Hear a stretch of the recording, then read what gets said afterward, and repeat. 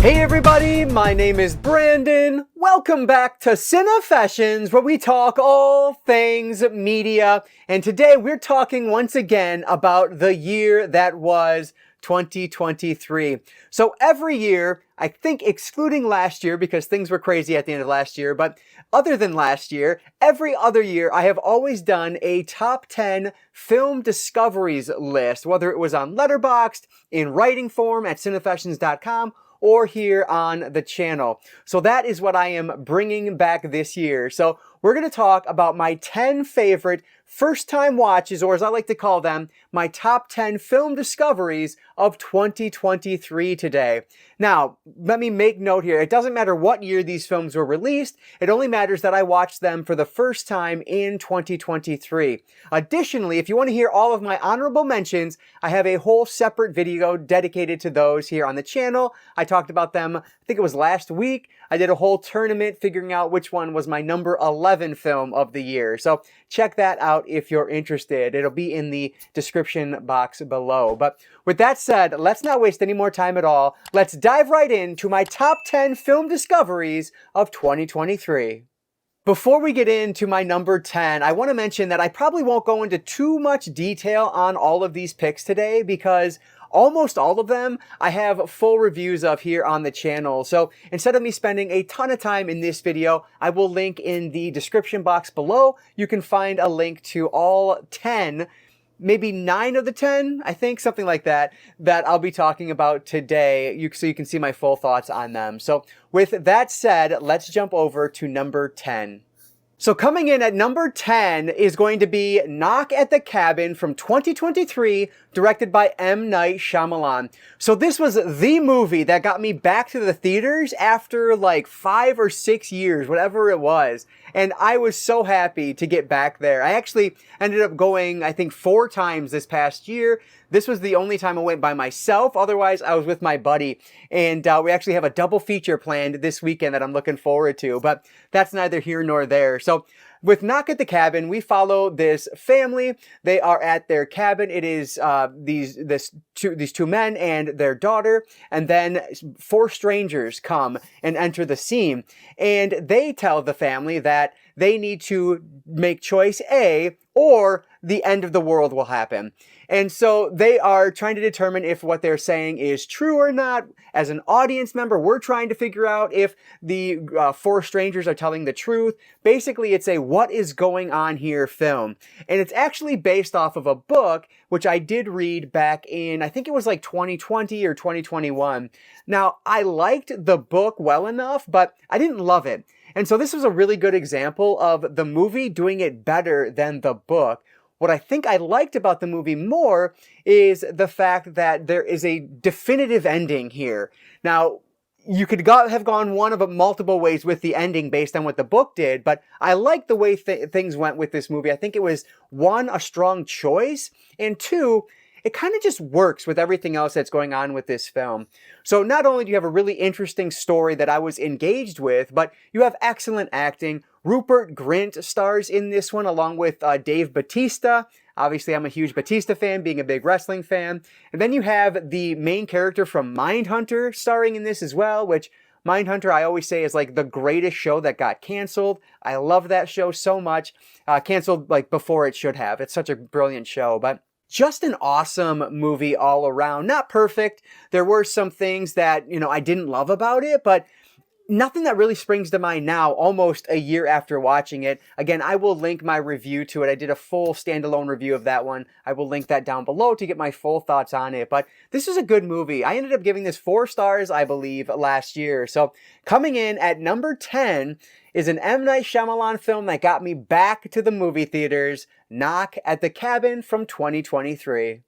Coming in at number 9 is going to be a 2022 film, which I talked about in one of my many 2022 catch-up videos at the beginning of the year. But this is the Bob's Burgers movie from 2022, directed by Lauren Bouchard and Bernard Derriman. So this was a movie that I have seen probably more times than any of these other movies combined on this list. My daughter loves this movie for whatever reason. She's a big fan of the music in this, and so we've watched it a ton ever since it hit Hulu, we watched it over and over again. I love Bob's Burgers. It's one of my all-time favorite television shows, animated shows, whatever. I love that show so much. I've actually just been catching up on the latest season over the past few days here, and it's so good. Like, it's just a wonderfully animated, wonderful story, great meaning behind a lot of these things. The characters are the best you can think of in my book. I love this show.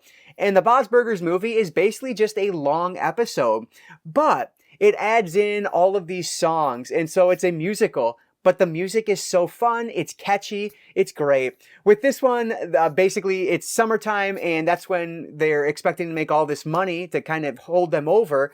But a giant sinkhole forms in front of their restaurant.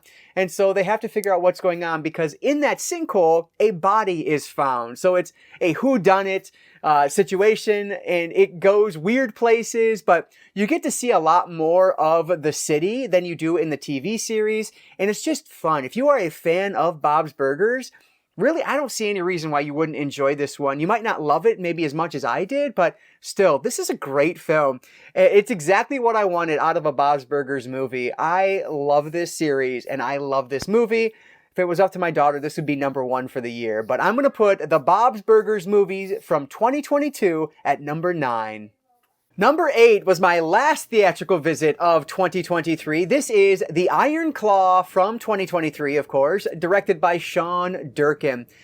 The Iron Claw represents the first time I went to an opening night movie release in, I can't even tell you, maybe a decade. Like, I genuinely have no idea, but my buddies and I went to go see it, and I really enjoyed this film. Zac Efron is a phenomenal actor. He was in the Netflix movie, which is about Ted Bundy, which is, I forget, it's such a weird name. I always forget the name of it, but that was great. That's when I really was kind of turned on to Zac Efron and realized, man, this guy can act. Well, he takes it up a notch here in The Iron Claw as the head of the Von Erich family. That's what we're dealing with here, is the story of the one of the most infamous families in wrestling, the Von Erich family. Now, first off, this is a great film. The direction on this is great. Some of the cinematography, it's just awesome. Like, it's not what you would expect from maybe something as lowly as like a wrestling film, but this just takes the cake in terms of like wrestling movies. It's so much more than that. It's an A24 release. It's very much up their up their alley in terms of style. And I love the cinematography on it. The music, I think, is great as well. But really, this is about the acting, which is just stellar across the board. Now, as someone who is a big wrestling fan, a huge nerd, there were some things I didn't like about this movie, but I can forgive most of those simply because you're trying to fit their whole life story into this, 90 or however long it is narrative. And so you have to make changes as you go along. But there were 2 things that I thought were a little bit unforgivable. The lesser of the 2 was, how do you miscast the most important, most infamous, most iconic wrestler of all time in Ric Flair? I thought that casting was just terrible. I thought the actor didn't do nearly enough research. His woo sounded like he was screaming for help. It's like, there are countless hours of Ric Flair's woo available on the WWE network. Did you not watch any of it? Like, it was just awful. I thought that was just terribly cast. I'm sure the man is a wonderful actor. I'm sure he is. No offense to him, but I thought he was just miscast here as Ric Flair. And the other wrestlers that they cast, like Harley Race, phenomenal. Looked like him, sounded like him, moved like him. Just so cool. They had like Abdullah the Butcher in there. Just all these big names if you are, a big wrestling nerd like myself. And I loved that. But again, the one person you're going to miscast is Ric Flair of all people. Like, the icon himself. It's just, that one threw me off completely. But outside of that, the one that really did strike a nerve was the fact that they completely got rid of one of the Von Erich brothers. And he was part of the tragedy. It really helps kind of inform why some of the situations happen later in the film or later in their lives. because of, the tragedy that happens to that brother as well. So I hated that they completely cut out one of the brothers of the family. I don't want to give any spoilers, so I guess I'll leave it there. But the way some of the events occur are just not true to life. But again, you have to make some sacrifices, some changes in order to fit into a film narrative. So I can forgive most of those. But the one thing that I really was disappointed with was the fact that they cut out a brother. Other than that, though, this is a wonderful film. If you know nothing about the Von Erichs, I recommend this movie. If you know everything there is to know about the Von Erichs, I highly recommend this movie also. Like, this is just a great film. It's not a high bar, but this is by far the greatest wrestling film I've ever seen. It's better than The Wrestler, which frankly is the only other really good one that I know of. But it's better than The Wrestler. Like, this is just an excellent film that I highly recommend. Cannot wait to pick this one up on physical media. I don't know if we'll get a 4K, but hopefully we'll at least get a Blu-ray from A24. But cannot wait to own this one. I really enjoyed this. This is The Iron Claw from 2023, directed by Sean Durkin. I never would have guessed that number 7 would have been on my list before I watched this movie, because it was a random pick for an I Watch 3 vlog, but I loved it. This is from 1967, Belle de Jour, directed by Louis Buñuel. So this was a film that I knew virtually nothing about going into, and so I was just blown away by this film. Basically, kind of the quick synopsis of this is that we're watching this housewife who decides to spend her afternoons as a prostitute. It is so much more than that, though. Basically, we are kind of unraveling the secret desires of this woman who's played by Catherine Deneuve, and she is stunning in every imaginable way. Not only is she just beautiful in this film, but her acting is as good as you could ever hope for. She is excellent in this. There's also a great supporting cast around her. This is at times funny, at times kind of just odd, but it is a sexual awakening of this character. And this is unlike anything I've really ever seen from this era of film. And so that's why it felt so unique to me. Now, again, I'm not going to claim that I've seen every film from this era. Far, far from it. So me saying that might sound ridiculous to you if you are someone who spent a lot of time specifically with French cinema around, the late 60s. But for me, this was just a revelation. I want to spend a lot more time in this era with French cinema because it was wonderful. The cinematography in this was just beautiful. There are these awesome shots of like cars racing through downtown Paris in the late 60s. I just don't see that very often in the films that I choose to watch. So for me, it felt so different, so unique. And even for the time, this was really kind of pressing the envelope, and it holds up exceptionally well today. If this is a film that if you've never heard of before, don't watch too much on it. Don't read too much about it. Check it out if it sounds at all interesting for what I've been talking about, because I think you might enjoy it. This was awesome. Such a great film. I think I gave this 4 stars when I watched it, but looking back at it, I think I even said it in that vlog.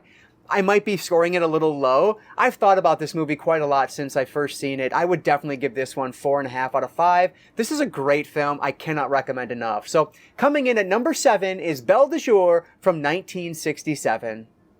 Number 6 is another film from the 60s that I never would have guessed would have ended up on this list. But from 1960, we have Michael Powell's Peeping Tom.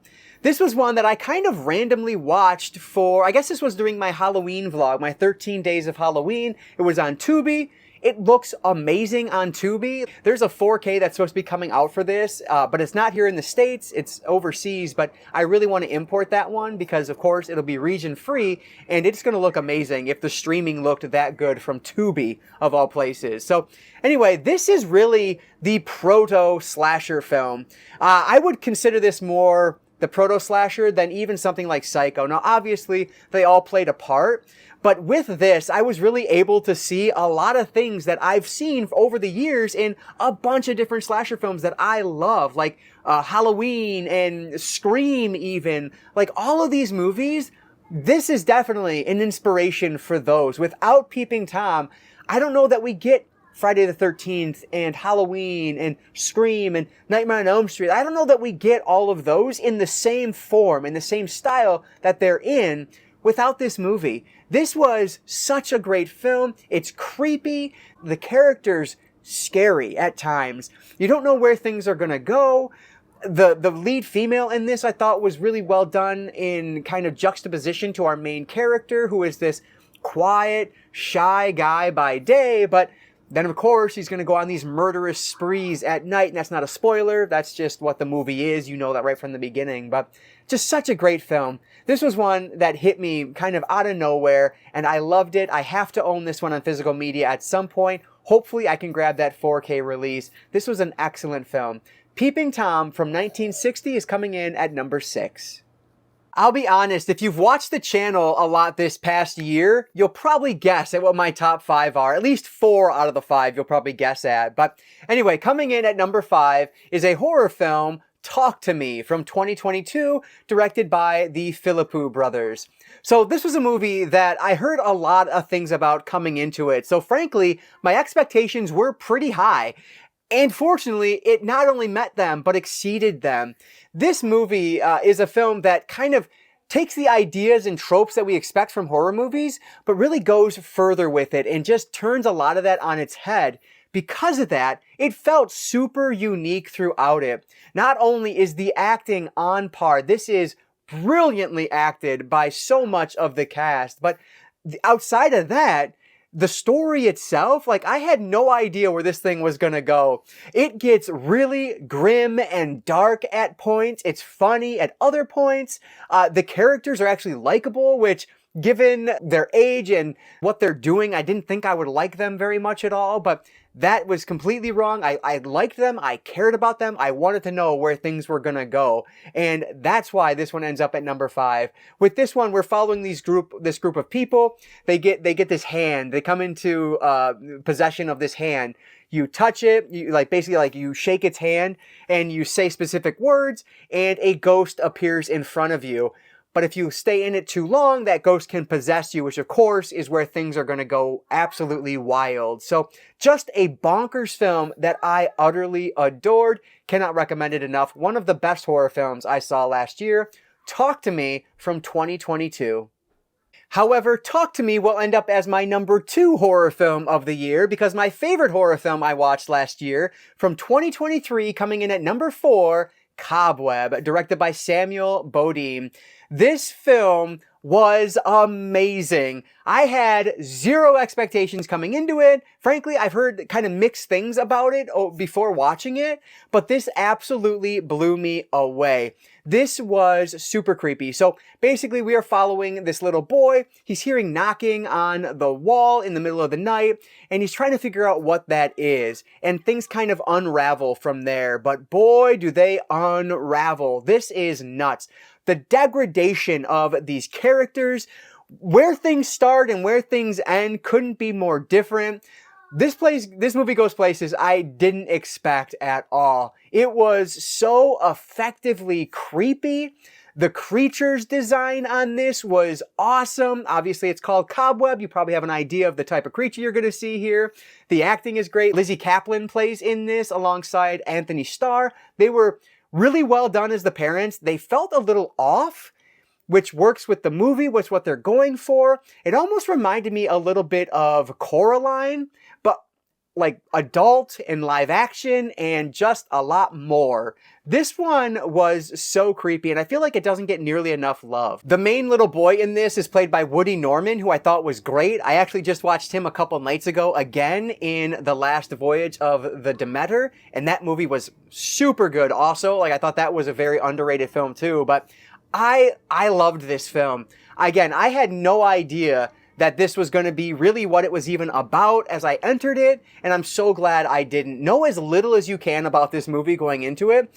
Don't search out anything more than what you've already seen here if you haven't seen this. Just check it out. I can't guarantee you're going to love it because not a lot of people do. I think it's got like a 6.0 on IMDb, for example, but if you're like me, it might hit you in the right way. I loved this one. Effective, creepy, goes places I didn't expect at all. It's acted really well. This is a 4.5-star film. I loved it. Cobweb is going to come in at number 4 from 2023. Number 3 is another one that I haven't talked about yet on the channel because it was part of my Guess My Star rating. And this was a 5-star film for me. Number 3 is the Super Mario Brothers movie from 2023.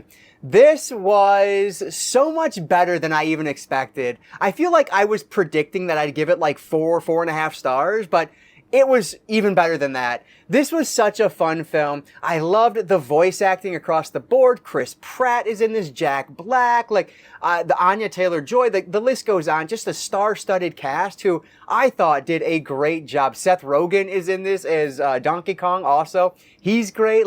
Just everyone did such an awesome job. Is it different than the Mario I've known and loved all these years? Yeah, it sure is, but I don't care. I loved it. I've been obsessed with Mario ever since the original Super Mario Brothers came out. It is a brilliant franchise across the board, but this film takes it to a whole nother level. It introduces it to maybe even a new audience, and that is so important because then we can take Mario even further from here.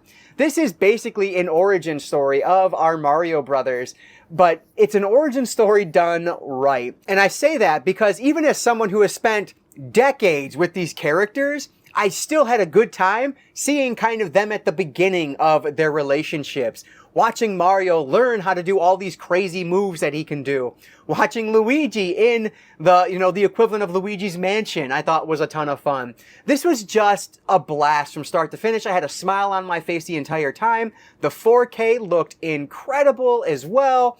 Just everything I wanted this to be and so much more. This is like the feel-good movie of last year for me. I utterly adored it. So coming in at number 3 has to be the Super Mario Brothers movie from 2023.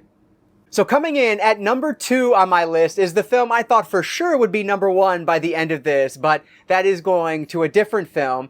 But number 2 is Everything, Everywhere, All at Once from 2022, directed by Daniel Kwan and Daniel Scheinert.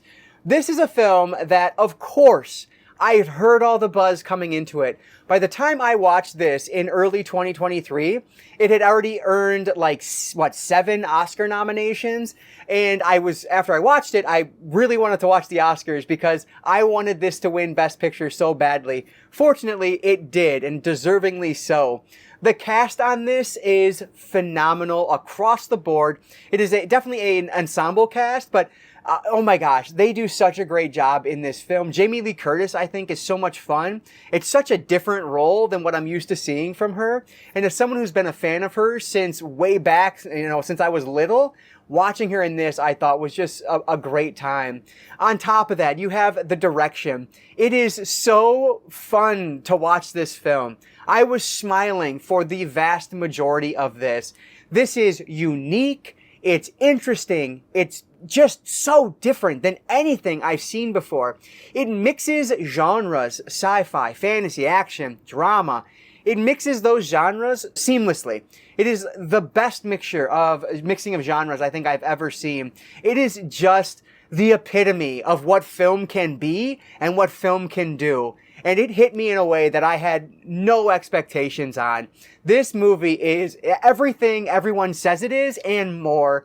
This movie is phenomenal. Everything, Everywhere, All at Once from 2022 is my number 2 film of the year. Some might argue that number 1 is simply number 1 because of recency bias, and that might be true. I did watch this one at the end of 2023 in my Christmas vlog, where I watched Everything, Everywhere, All at Once back in February or March. So that could be true, but either way, both of these films are phenomenal. So I'm going to put number 1, It's a Wonderful Life from 1946, directed by Frank Capra. This movie hit me in such a way I didn't expect. I find this movie incredibly relevant and important even today, however many years later it is now. It is insane how well made this film is and how timeless, I should say, the whole thing felt. We are basically following the story of George Bailey.